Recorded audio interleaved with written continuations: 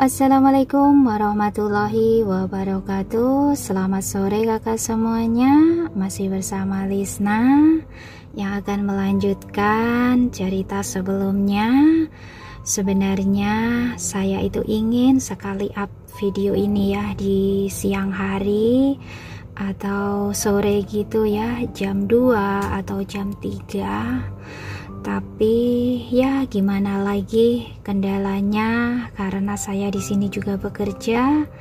Jadi maaf ya kalau saya up video itu waktunya tidak tepat ya. Kadang jamnya nggak sama. Jadi bisa dibilang asal-asalan saya up ya. Tapi saya sudah berusaha dan semoga bisa menghibur kakak semuanya. Oke, langsung saja ke cerita selanjutnya. Selamat mendengarkan. Sementara Kara tercengang menatap Frank, si peneliti tergagap. Apakah itu tidak terlalu cepat, Tuan? Bukankah itu batas kecepatan maksimal di negara kita? Sambil menaikkan sudut bibir, pria berkacamata itu menoleh ke arah sekretarisnya yang pucat. Aku ragu, kau bisa mencatat di dalam sana. Jadi, ingat saja poin-poin penilaian dalam otakmu. Kau bisa menuangkannya ke dalam sebuah laporan nanti. Kara tidak mampu lagi mengangguk. Ia tidak tahu mobil jenis apa yang akan ia tumpangi. Namun dilihat dari reaksi sang peneliti, itu pasti sangat membahayakan. Mereka tidak mungkin mengundang seorang pembalap profesional jika itu mobil biasa. Dan para pengawal tidak akan segusar itu jika tindakan Frank tidak nekat. Selang beberapa saat, Kara dipaksa duduk di kursi penumpang bagian depan oleh Frank. Ia sudah mengenakan pakaian aneh, sebuah helm bahkan ditempatkan di kepalanya. Tuan, apakah Anda yakin dengan keputusan ini? Mereka sudah menyiapkan seorang pembalap. Kenapa malah mempertaruhkan keselamatan? Kau meragukan kemampuan peneliti Savior Otomotif? Kara berkedip ragu, ia tidak berani mengangguk. Atau jangan-jangan kau menyesal telah menggantikan Jeremy hari ini? Tidak, sama sekali tidak, sahut Kara meskipun hatinya meronta-ronta mengirimkan sinyal untuk segera turun dari mobil. Melihat kepatuhan sang sekretaris, Frank Harper tersenyum bangga. Bagus, cepat kenakan sabuk pengamanmu. Setelah menurunkan kaca helm Kara, ia menutup pintu dengan keras. Namun bukannya naik ke kursi pengemudi, ia malah melangkah mundur ke samping peneliti. Silahkan dimulai. Semua orang terbelalak dengan raut iba menatap gadis yang masih menunggu di dalam mobil. Kenapa setan cabul itu lama sekali? Gumam Kara sambil melonggarkan kerah bajunya yang tebal. Ia mulai gerah. Padahal AC mobil sudah disetel pada suhu terendah. Sesaat kemudian Kara tersentak. Mobil yang ditumpanginya mulai bergerak sambil menatap kursi pengemudi yang kosong. Ia terkesimat. Ini mobil autopilot. Wajah Kara semakin tidak berdarah. Ia ingin melompat keluar, tetapi mobil telah melaju kencang. Belum sempat ia mengendalikan kepanikan, sebuah rintangan bergambar manusia tiba-tiba muncul. Mobil pun mengelak dengan lincah, entakannya membuat Kara memekik sambil berpegangan seerat-eratnya. Tolong, aku masih ingin hidup. Suara Kara memang tidak terdengar dari luar, tetapi ketakutannya terekam jelas oleh kamera pada dashboard. Semakin kencang mobil melaju, semakin heboh Kara mengekspresikan perasaannya. Arwahku tidak akan tenang kalau aku mati sekarang. Frank tertawa bahagia memantaunya lewat tablet. Setiap rintangan baru muncul, nyawa sang sekretaris seperti nyaris tercabut dari badan. Itu hiburan yang sangat memuaskan baginya. Sambil menyeringai maksimal, ia pun memberikan perintah selanjutnya. Lakukan simulasi kecelakaan. Mendengar perintah tersebut, sang peneliti terbelalak. Anda yakin, Tuan? Tentu, jawab Frank seringan desah tawanya. Sang peneliti ingin menolak, namun ia sadar bahwa dirinya tidak punya kuasa. Dengan sangat terpaksa, ia menekan tombol Dangerous pada remote control di tangannya. Sebuah palang seketika muncul menghadang jalan. Hanya tersisa sedikit ruang di sisi kanan untuk bisa lolos tanpa menabraknya. Menyaksikan hal itu, seluruh urat dalam tubuh Kara menegang, nafasnya pun tertahan. Tidak, aku belum mau mati. Mobil tiba-tiba melambat dan berbelok mengambil ruang sempit yang tersedia. Bagian bodinya berderit bergesekan dengan ban pengaman. Kara tidak mampu lagi memproses keadaan. Ketika mobil berhenti, ia hanya bergeming dengan tatapan hampa. Kesadarannya hilang, entah terlempar ke sudut mana. Bravo, bravo. Frank bertepuk tangan bangga. Sang peneliti sontak melupakan ketegangan dan tersenyum semeringah. Ia mengira sang CEO senang dengan keberhasilan prototipenya, padahal pria berkacamata hitam itu puas melihat sekretarisnya menderita. Selamat, Kara Martin. Anda berhasil menyelesaikan uji coba ini dengan selamat, ujar Frank setelah membukakan pintu. Alih-alih menjawab, Kara hanya berkedip. Ia masih belum mendapatkan kesadarannya kembali. Bahkan setelah menoleh dan melihat senyum Frank yang penuh kemenangan, ia hanya mendesah samar. Sekarang, keluarlah. Waktu kita terbatas. Aku masih harus bertemu klien. Sedangkan kau harus menyusun laporan tentang pengalamanmu dalam mengikuti uji coba ini. Dengan gerak kaku, Kara turun dari mobil. Seorang wanita dari tim pengembang terpanggil untuk membantunya. Namun dengan lutut yang gemetar, Kara tetap kesulitan menemukan titik seimbang. Ia pun terhuyung-huyung ke depan dan menghantam perut Frank dengan helm. Sang CEO spontan menatap pundak Kara yang terpejam, perutnya berdenut-denut akibat hantaman.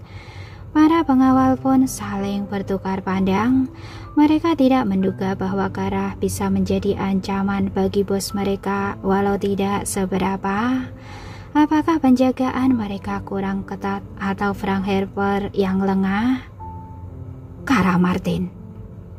Kara tersentak, darah sudah kembali mengalir dalam otaknya. Ia kini sadar bahwa dirinya baru saja menyerang sang CEO. Tanpa membuang waktu, ia membuka helm dan berulang kali membungkukkan badan. Maafkan saya, Tuan. Saya tidak sengaja. Sambil menggetakkan geraham, Frank mencengkeram lengan Kara. Kau sebut itu tidak sengaja? Meski sang CEO mengenakan kacamata hitam, Kara seolah bisa melihat bara api menyala di sekitar manik abu-abunya. Ia hendak memadamkannya dengan penjelasan, namun tiba-tiba perutnya bergejolak, gagal meredam mual, ia pun muntah.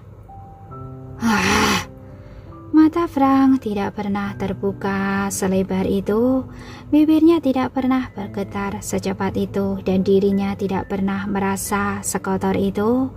Muntahan Kara tidak hanya mengenai pakaian pengamannya, tetapi juga sepatunya. Kara Martin! Kara terbelalak sambil mengelap mulut dengan sarung tangan. Ia melirik ke sekeliling berharap dapat menemukan jalan keluar untuk kabur. Frank Harper pasti akan mencincangnya halus-halus. Akan tetapi tim peneliti dan pengembang sudah mengelilingi mereka. Beberapa orang berlomba-lomba untuk membersihkan pakaian sang CEO. Sementara sisanya berdiri diam seperti pagar. Mereka sekolah tak mengizinkan dirinya lolos. Kau! Telunjuk Frank tiba-tiba meruncing tepat di depan hidung Kara. Gajimu kupotong 100%. Mata Kara membulat, itu lebih buruk dari yang ada dalam pikirannya. Tanpa gaji, bagaimana ia bisa menghidupi anak-anaknya? Bagaimana pula dengan biaya pendaftaran TK dan janjinya untuk mengajak mereka ke restoran mewah yang lain? Tunggu dulu Tuan Harper, bukankah kesepakatan kita hanya 10%? Kenapa sekarang malah jadi 100%? Lagi pula, ini bukan sepenuhnya salah saya. Anda yang menempatkan saya dalam mobil itu. Anda juga yang menahan lengan saya sehingga saya tidak bisa berputar saat muntah. Malangnya Frank tidak peduli. Ia melengos pergi menuju ruang ganti dan Kara tidak diizinkan mengejar. Ia bahkan ditinggalkan di lokasi. Kara sadar ia telah mengambil langkah yang salah. Ia harus segera meminta maaf. Dan satu-satunya kesempatan untuk melakukannya adalah keesokan hari saat sang CEO memasuki ruang kerja. Kau masih berani menampakkan muka? Nada bicara Frank langsung tinggi. Kara pun menundukkan kepala agar rasa bersalahnya tampak nyata. Selamat pagi Tuan Harper. Ada 4 hal yang ingin saya serahkan kepada Anda. Pertama, sarapan mewah ini, saya membelinya di restoran terbaik di LCT. Kedua, rangkuman email kemarin. Saya sadar bahwa saya memang masih harus diuji. Ketiga, laporan hasil uji coba kemarin. Dia membuang muka seolah tak peduli, namun bibirnya gagal menahan rasa penasaran. Lalu, apa yang keempat? Kara tiba-tiba melangkah maju tepat di hadapan Frank. Ia menengadahkan kedua tangan, bukan hanya sang CEO, tetapi pengawal yang berjaga di dekat pintu juga menaikkan alis. Tidak ada apa-apa di sana. Saya ingin menyerahkan permohonan maaf yang setulus-tulusnya. Sedetik kemudian kedua tangan Kara merapat. Gadis itu pun merendahkan lutut hingga membentur lantai. Saya tahu saya bersalah. Saya berjanji akan melakukan apa saja demi menebusnya. Tapi tolong jangan potong gaji saya. Mata Frank menyipit, namun tidak ada sepatah kata pun keluar dari mulutnya. Kara kini menduga-duga apakah ada yang salah dari omongannya. Saya akui bahwa saya memang takut kehilangan gaji. Tapi permohonan maaf saya ini tulus. Kau betul-betul rela melakukan apa saja? Kara terdiam sejenak. Apakah tadi aku berkata begitu? Mengingat senyum hangat Lois dan Emily, ia cepat-cepat mengesampingkan ego. Iya Tuan. Kalau begitu, selama bekerja menjadi sekretaris di sini, kau harus merangkap sebagai pelayan pribadiku. Otak Kara mendadak beku, firasat buruk diam-diam menebar teror dalam hatinya. Bukankah kemarin saya sudah menjadi pelayan pribadi Anda saat menggantikan Jeremy? Suara Kara serak, kerongkongannya panas. Itu asisten pribadi. Yang sedang kita bahas adalah pelayan pribadi. Dari detik aku membuka mata hingga detik aku memejamkan mata, aku ingin kau selalu siaga. Kara berusaha memaksakan senyum tetapi gagal. Tangisan si kembar telah membayangi pikirannya. Ia tidak mungkin mendedikasikan seluruh waktu untuk Frank, sementara anak-anaknya dititipkan 24 jam kepada sang ibu. Saya harus selalu melayani Anda selama 3 bulan ke depan. Tidakkah Anda merasa itu berlebihan? Kau tidak bersedia. Kalau begitu, nikmatilah 3 bulanmu sebagai sekretaris bodoh yang tidak digaji. Kara tanpa sadar melipat tangan dan mencengkeram siku. Gayanya persis seperti Emily saat berhadapan dengan Frank. Beruntung laki-laki itu tidak menyadarinya. Ia sudah dibutakan oleh rasa kesal terhadap sekretarisnya itu. Apakah anak-anak bisa mengerti kalau aku menghilang selama 3 bulan? Sebentar lagi mereka akan masuk sekolah. Mereka butuh banyak persiapan. Tapi kalau aku tidak menyanggupi syarat ini, bagaimana aku bisa membayar biaya pendaftarannya? Raut Kara mendadak muram. Ia tidak bisa menutupi keterpaksaan dari wajahnya. Baiklah, saya bersedia. Frank merasa menang kesempatan untuk memberi sekretarisnya itu pelajaran kini terbuka lebih lebar. Kalau begitu, mulailah dengan membersihkan sepatuku. Mereka terlihat kurang bersinar hari ini. Sebelah kaki Frank bergerak maju, Kara pun tertunduk melihatnya. Selang satu desah samar, ia menarik sehelai tisu lalu berjongkok untuk melaksanakan tugas. Lengkung bibir sang CEO melebar menyaksikan kepatuhannya. Bagaimana dengan jam tanganku? Bukankah aneh jika sepatuku lebih mengkilat dibandingkan jam ini? Frank mengerutkan bibir dan memperhatikan rantai emas di pergelangan tangannya. Taburan berlian di sekitar jarum jam tampak berkilau. Tanpa banyak kata, Kara meraihnya. Ho, hei, jangan sembarangan menyentuhku. Pegang saja apa yang perlu kau bersihkan. Kara nyaris mendengus, tangannya gatal ingin menampar wajah menyebalkan itu. Namun ia sadar bahwa nasibnya bergantung di tangan Frank Harper. Sambil menarik nafas dalam-dalam, ia pun mendekatkan tisu. Hei! Frank melangkah mundur dan mengamankan aksesoris berharga itu. Kau ini bodoh atau memang tidak mengerti? Kau baru saja membersihkan sepatuku dengan tisu itu. Sekarang kau mau membersihkan jam tangan semahal ini dengan lembar kotor itu? Jam tangan ini harus dibersihkan dengan lap khusus. Kara bungkam, ia kehilangan minat untuk berdebat.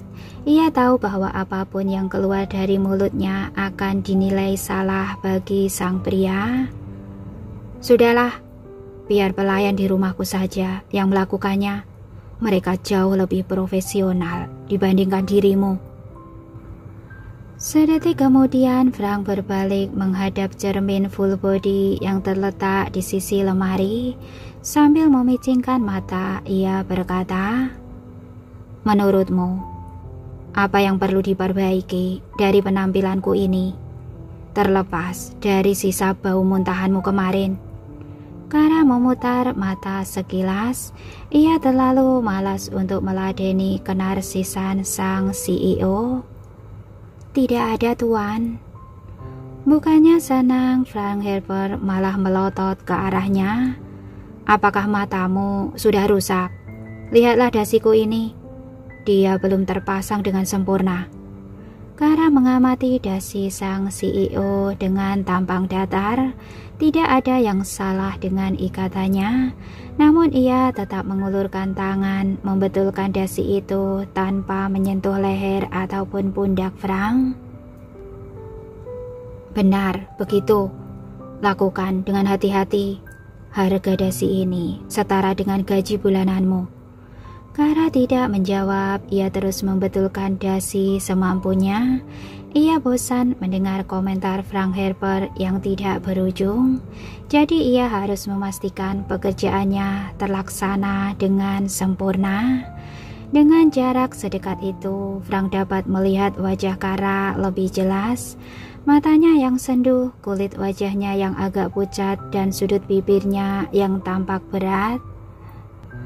Perlahan-lahan keceriaan Frank ikut memudar. Ia belum pernah melihat sekretarisnya sediam dan sepasrah itu. Kara Martin yang ia hadapi biasanya selalu berapi-api. Ia selalu tertantang untuk menaklukkannya, tetapi sekarang... Tunggu, apa yang kupikirkan ini? Untuk apa aku mengasihaninya? Dia sudah membuatku malu, mengusik ketenangan hidupku dengan bau muntahannya, dan membuat darahku mendidih hampir setiap saat. Dia layak mendapat balasan yang setimpal. Frank pun berdeham sambil menaikkan sebelah alis. Ia memberikan Kara tatapan hina. Mengapa lama sekali? Kau tidak diam-diam, senang berdiri sedekat ini denganku, bukan? Kara spontan mengambil 2 langkah mundur, masih dengan raut datar. Ia menunggu perintah selanjutnya. Anehnya keheningan yang menggantung di udara justru membuat Frank semakin merasa tak nyaman. Sambil berdeham, pria itu beralih ke kursi kerja. Ada banyak dokumen yang harus ditandatangani. Inilah saat yang tepat untuk menunjukkan kemampuanmu sebagai sekretaris yang baik. Balikkan halaman dokumen ini untukku agar aku bisa selesai dengan cepat. Aku masih harus menghadiri uji coba prototipe hari ini. Tanpa menunggu instruksi lebih lanjut, Kara mengambil dokumen teratas dan membuka halaman pertama. Tidak hanya itu, ia juga mengambilkan pena edisi terbatas yang selalu tersedia di meja sang CEO. Bagus, teruslah menjadi sekretaris sekaligus pelayan yang baik. Aku bisa saja memberimu keringanan jika kinerjamu memuaskan. Mengerti?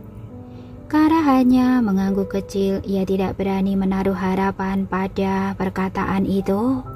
Sejak Frank Harper hadir dalam hidupnya, semua hal menjadi berantakan. Pria itu adalah batu sandungan terbesar yang mustahil bisa menyingkir sendiri dari jalan yang akan dilaluinya. Sekarang dengan kondisinya yang terimpit, Kara hanya bisa berharap bahwa dirinya kuat melewati 3 bulan di Savior Group.